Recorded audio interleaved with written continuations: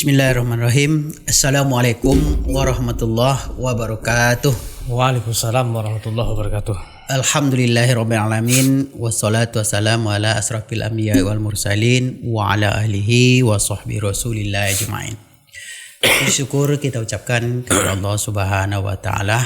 Selawat dan salam buat Nabi besar Muhammad sallallahu alaihi wasallam dengan ucapan Allahumma sholli ala Muhammad wa ala ali Muhammad. Alhamdulillah, pada pagi hari ini kita melaksanakan podcast MUI Kabupaten Kampar yang ditaja oleh Komisi Hukum dan HAM MUI Kabupaten Kampar dengan tema kekerasan dalam rumah tangga, dampak implikasi hukum. Ya.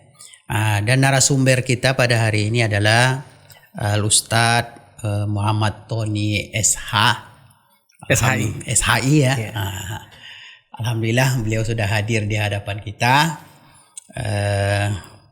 Ini suatu hal tema yang sangat menarik sekali, yaitu tentang kekerasan di dalam rumah tangga. Sebelum kita mulai materi, tentu kita sapa dulu Ustadz Tony. Apa kabar Ustadz pagi hari ini? Alhamdulillah baik. Jadi ini nampaknya tema kita sangat menarik sekali Ustadz, yaitu tentang kekerasan dalam rumah tangga dan dampak implikasi hukum ya. Jadi untuk memulai materi kita ini, kami lontarkan dulu dengan satu buah pertanyaan. Silakan.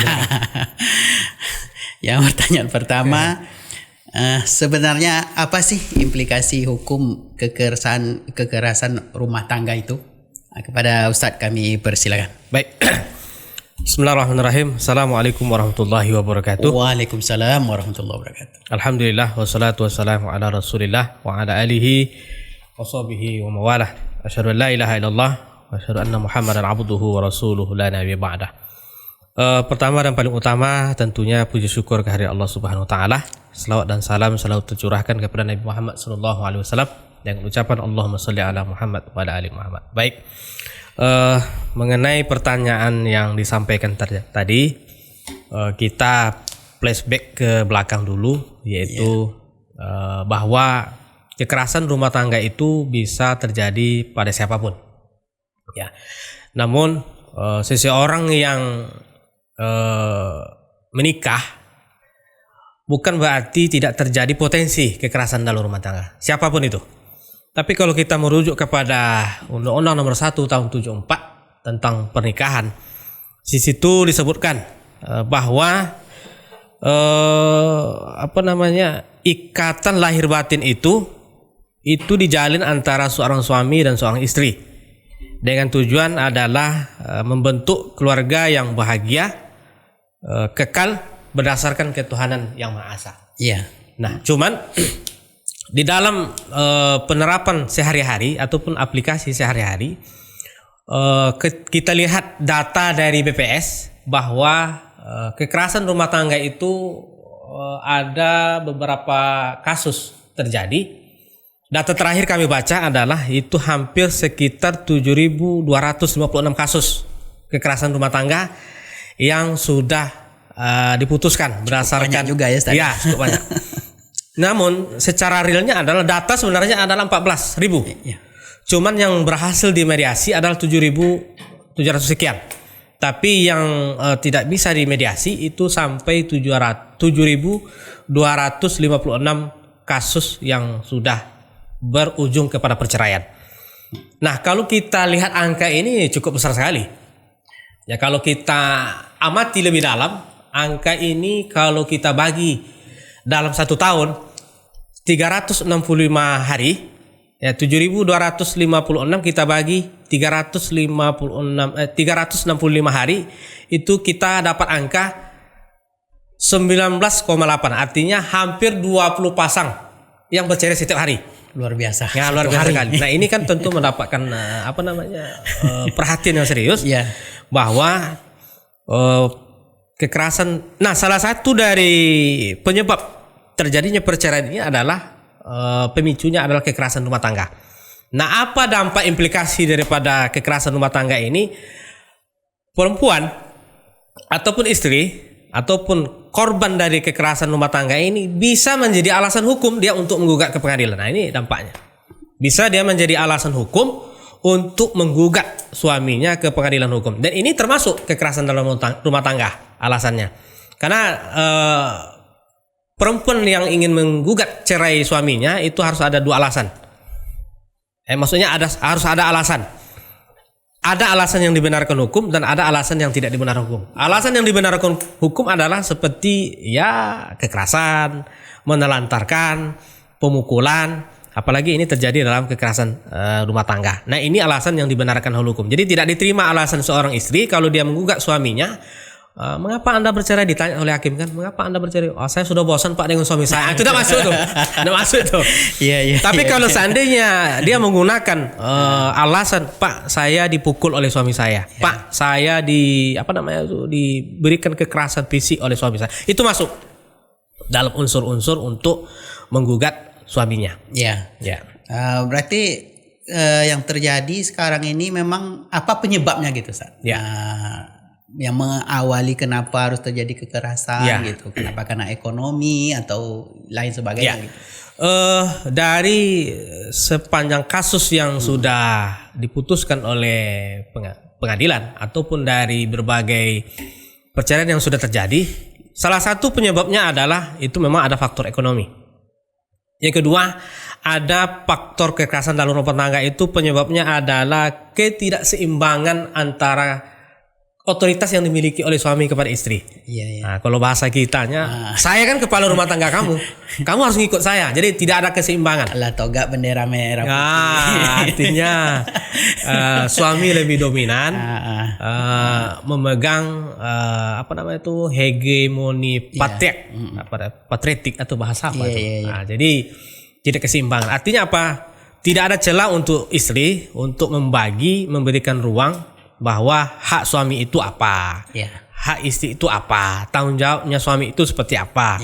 Yang ketiga, adanya terjadi miskomunikasi dalam rumah tangga. Ini juga salah satu penyebab pemicu terjadinya kekerasan rumah tangga. Terkadang suami itu tidak mampu menafsirkan apa keinginan istri, tidak mampu menafsirkan apa yang dimaksud oleh istri itu sendiri. Nah, mungkin bisa juga karena tidak ada kejujuran di antara ya, Ustaz, ya. Kemudian Ustaz, kalau kita perhatikan fenomena terjadi sekarang ini kayaknya bisa berbalik juga. Nah, apakah kekerasan rumah tangga itu ya hanya artinya korbannya tuh ya korbannya kok perempuan atau laki-laki gitu kan, gimana? Ya, ini ada anggapan masyarakat bahwa kekerasan dalam rumah tangga itu pasti orang menganggap itu adalah perempuan. Iya, padahal laki-laki juga pernah. Ada kejadian. Tapi dalam ini bahwa kekerasan rumah tangga itu tidak hanya korbannya perempuan. Tetapi ada juga korbannya laki-laki atau dalam ini adalah suami. Dan ini banyak kita temukan dalam berbagai berita ataupun media, itu istri, ya mohon maaf ya, istri karena ada benturan dalam komunikasi yang tidak jalan di rumah tangga, entah itu nafkah tidak dikasih oleh suami, terus itu ada ancaman psikologis dari suami terhadap istri sehingga istri membuat tindakan ini juga sampai membahayakan keselamatan nyawa suaminya. Kan ada juga kan suami yang dipotong alat kelaminnya sama istrinya gitu. Itu ada. Betul. Nah, itu termasuk itu salah satunya. Ya, ada juga istri mengancam suaminya kalau nanti suami tidak mau melakukan ini dia akan tidak dikasih jatah. Itu termasuk ancaman itu. Ya kan? Termasuk ancaman itu. Iya, betul. Ya, kenapa? Karena suami tidak mampu menyalurkan hasrat biologisnya. Nah, salah satunya nanti akan mencari tempat ataupun pelampiasan emosional dan juga hasrat biologisnya kepada, mohon maaf saya katakan, kepada wanita-wanita lain. Ini tentu harusnya dilakukan pencegahan lebih dini. Jadi kembali lagi bahwa korban kekerasan dalam rumah tangga itu tidak hanya perempuan, juga ada terhadap laki-laki. Dari 14.000 kasus itu 7.000 yang berhasil dimediasi, termasuk salah satunya adalah 3.000 sekian ada laki-laki. Ya, jadi mengalah kan laki-laki itu sehingga tidak berujung kepada perceraian. Yang 7.000 ini yang sudah diputuskan secara resmi dari pengadilan sehingga terjadi perceraian. Barangkali itu. Jadi terakhir Ustaz, Ya. karena memang apa yang Ustaz sampaikan tadi itu memang sudah banyak yang terjadi di lapangan yang kita temui. Jadi untuk menghindari hal supaya kita bisa meminimkan kekerasan rumah tangga ini, apa trik atau langkah yang harus sebagai seorang suami atau seorang istri dalam untuk menghindari terjadi hal-hal yang tidak diinginkan? Ya. Apa trik atau langkah-langkah yang harus kita buat gitu? Ya. Jangan sampai terjadi perceraian. Jangan sampai terjadi perceraian gitu. Baik, tentu dalam hal ini figur dan idola kita yang harus kita contoh adalah Nabi Muhammad SAW. Iya.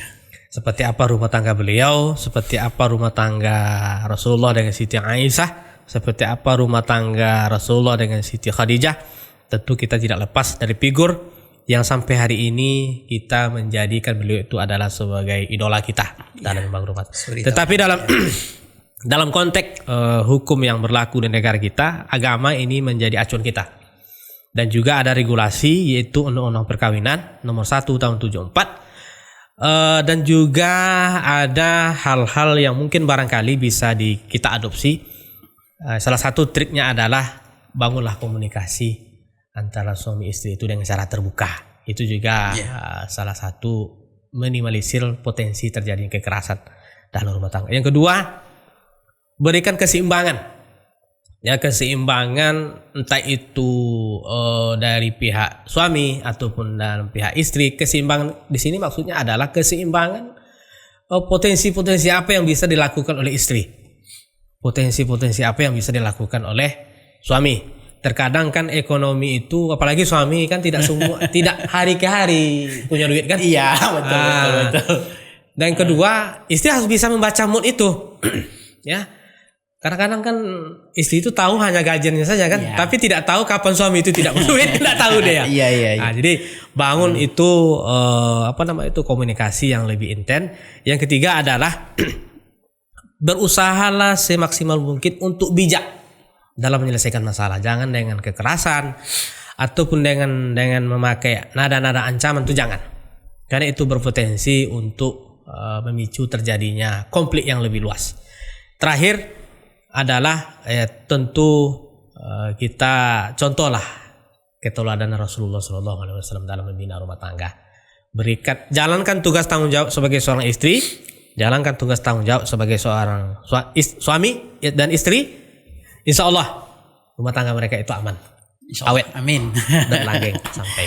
Baik, terima kasih Ustadz. Jadi itulah langkah-langkah atau trik yang harus kita jaga agar tidak terjadi kekerasan di rumah tangga. Tentu ya komunikasi sebagaimana yang Ustaz sampaikan tadi, kita harus sering berkomunikasi. Yang nama rumah tangga itu kita bina. Ya, kalau lah diam-diam aja, jadi artinya tentu tidak akan harmonis. Ya. Betul.